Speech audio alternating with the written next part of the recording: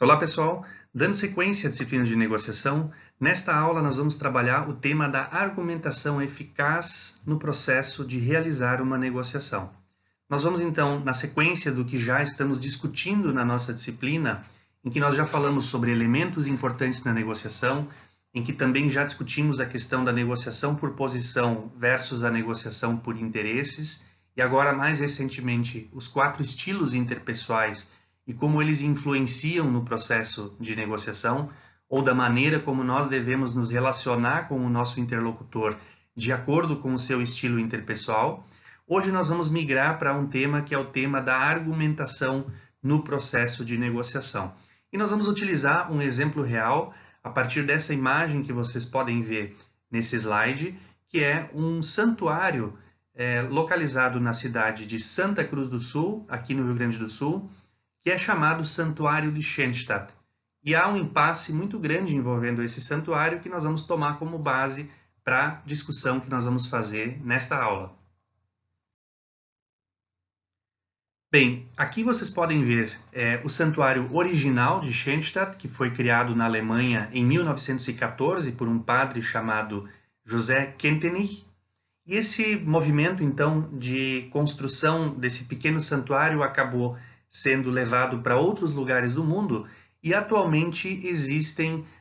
mais de 200 espalhados por diversos países. Aqui no Rio Grande do Sul nós temos vários, assim como no Brasil inteiro há mais de 2 dezenas desses santuários instalados, todos eles repetindo esse padrão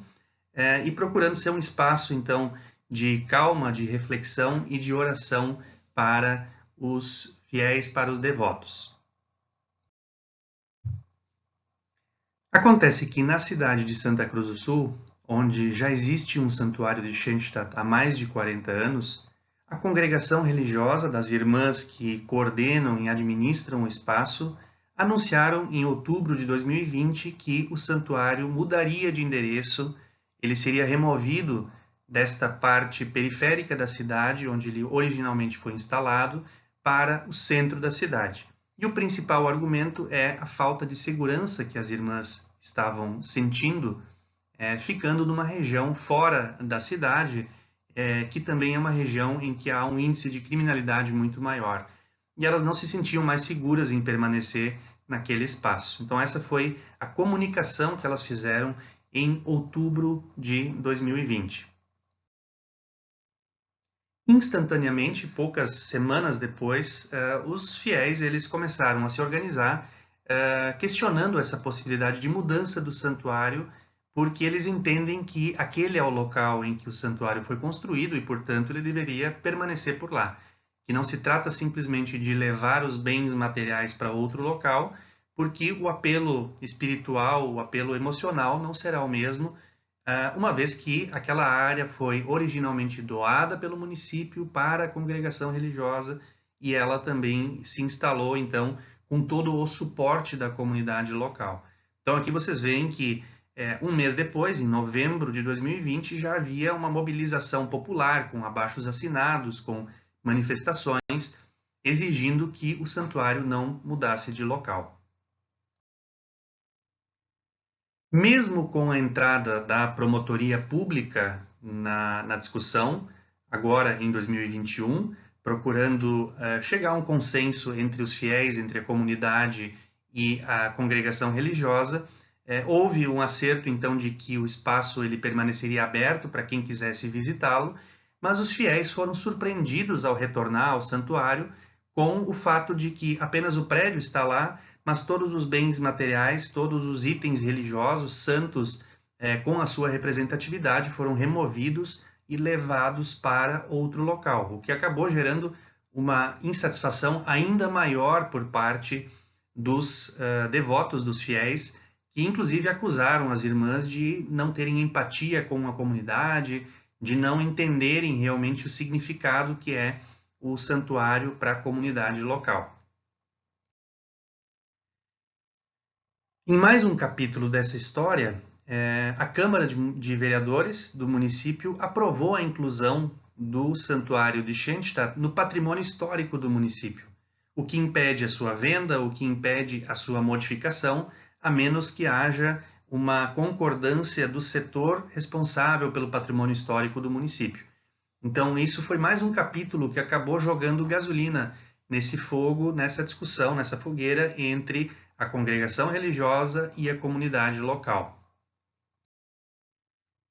A prefeita municipal, no entanto, vetou esse projeto que tornava o santuário patrimônio histórico, entendendo que não é uma decisão da Câmara de Vereadores, e sim uma decisão da Prefeitura Municipal, do Executivo, e, portanto, os vereadores não teriam autonomia para simplesmente incluir um imóvel ou um espaço como patrimônio histórico. Então vejam que já tínhamos aí o envolvimento da congregação religiosa, o envolvimento da comunidade, a promotoria pública também se envolveu, agora a prefeitura está envolvida nessa discussão e segue um impasse muito grande com uma certa repercussão também alta na comunidade local em função dos pontos de vista diferentes. Agora, recentemente, no início do mês de agosto, com implicações durante todo esse mês de agosto de 2021, a Prefeitura, então, fez uma sugestão de transformar aquele santuário em um espaço comunitário, uma espécie de escola para a formação de pessoas próximas daquela região, dos bairros próximos daquela parte da cidade, solicitou uma avaliação independente dos bens imóveis que lá estão, e chegou à conclusão, a partir das avaliações, que o valor venal, então, de toda a estrutura seria R$1.800.000, valor que seria devido, no caso de se chegar a este acordo, para a congregação religiosa, que poderia utilizá-lo, então, na construção de um outro espaço para o santuário.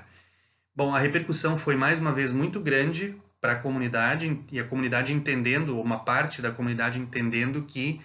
o espaço não deveria ser transformado em nada diferente do que ele sempre foi durante mais de 40 anos, e além disso que as irmãs não deveriam receber R$1.800.000 por algo que foi construído também a partir da contribuição da comunidade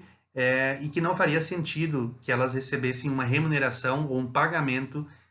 por essa área, então, do santuário de Schoenstatt. O que nos leva a um aumento cada vez maior da discussão entre as partes.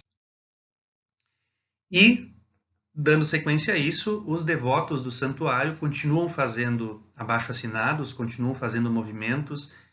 fazendo manifestações em frente ao próprio santuário e pedindo para participar da discussão, participar das audiências com a promotoria pública e a prefeitura para tentar também trazer o seu ponto de vista e trazer as suas recomendações.